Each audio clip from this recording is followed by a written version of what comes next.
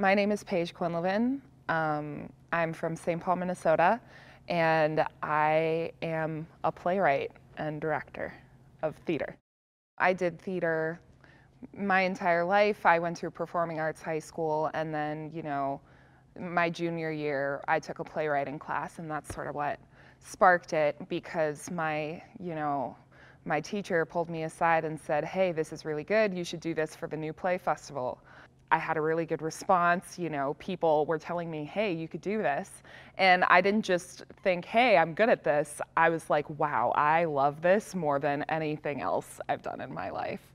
I try to write in a non-realistic or sort of genre-bending style. A lot of my influences come from not high culture. I really like to pull from what people think is low culture. I really love like the genre or the essence of camp in all its forms, like the films of John Waters, Rocky Horror, stuff like that, TV shows like Xena, Warrior Princess, and Buffy the Vampire Slayer. I mean, I love things like that are sort of ironic and witty and slightly detached, but also completely earnest and just willing to put forward something that is enjoyable and enjoys itself and doesn't take itself too seriously. I just love things that are outlandish and genuine and kind of shocking, I guess. Yeah. You're daydreaming, but just on a more structured level. So that in and of itself is amazing. Just being able to think, "Oh, I can write this," and then just writing it. That itself is just fantastic and so gratifying. What makes me love it so much is seeing it in performance and seeing what people do with it. When you write a play, you're writing a text that is meant to be reinterpreted. It's like you're making the sketch, and so it's your job to create vivid images and vivid characters in a really short span of time. And then it's the director's job and the actor's job to interpret it and make it their own. My process is all over the place. I will literally be maybe listening to a podcast, watching a TV show, and I'll see an image or a certain moment, and I'm like, "Oh, I want that." Or an idea will just dawn on me, and I'm like, "Oh, that's brilliant." So then I write it down. I let it form in my head for maybe 2 years. I literally don't touch it. Every time I try to, I'm like, "This is terrible, I hate it." And then one day I sit down and I'm like, "Okay, it's time to write this." And then I sequester myself, I do not talk to anyone. I write it in a fevered state, not because I want to, but because I can't really stop. And then it's done and I look at it, and then I think the process starts, because to me, you lay out the themes and ideas and then you edit and fine tune it. So then I'll probably edit a play over the course of 3 months and try to shape it.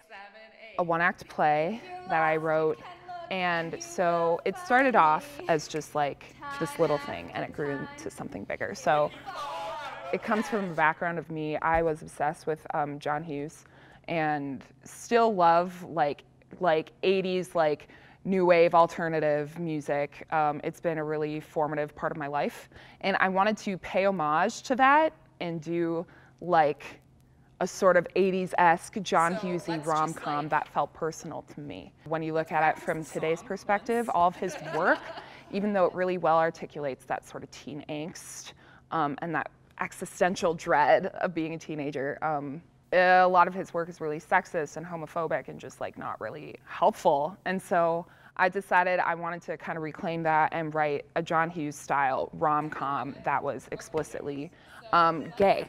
When John Hughes Wrote My Diary premiered at the Kennedy Center American College Theater Festival, my professor Luke said that the air just was sucked out of the room. It was insane. People connected to it in a way that I was not anticipating. And it got a standing ovation. And I think that reaction and seeing that in the crowd, regardless of some of the weird criticisms I've gotten, that moment is just telling me what I'm doing, what I'm writing, what I'm believing in is hitting a nerve with people my age. I think in the time we're living in, particularly as like a youth, I think it's really important that playwrights in particular look at their moral and ethical responsibility to creating not only responsible art, because we've been seeing a lot of responsible art in the theater, but I feel like it's art that is just like, this is responsible, and this is about identity and nothing else. And I feel like we as artists, writers, need to take that and bring it to the next level. So we're not just talking about our identities and what is going on in America, but we need to elevate it. We need to use metaphor and be willing to have fun and create art that isn't just like, here's this responsibility you have as an audience, but it's like, here's catharsis, take that and like bring it out into the world. I don't know. I just believe in creating joy, and I think it's important as artists today not to just create art out of a sense of responsibility, but a sense of love for the world and altruism, and looking at the art you create as a gift you can bestow to the people like you in the crowd who need to hear those stories and need that catharsis. Visit pioneer.org/postcards to catch up on missed episodes and to find out more about your favorite segments.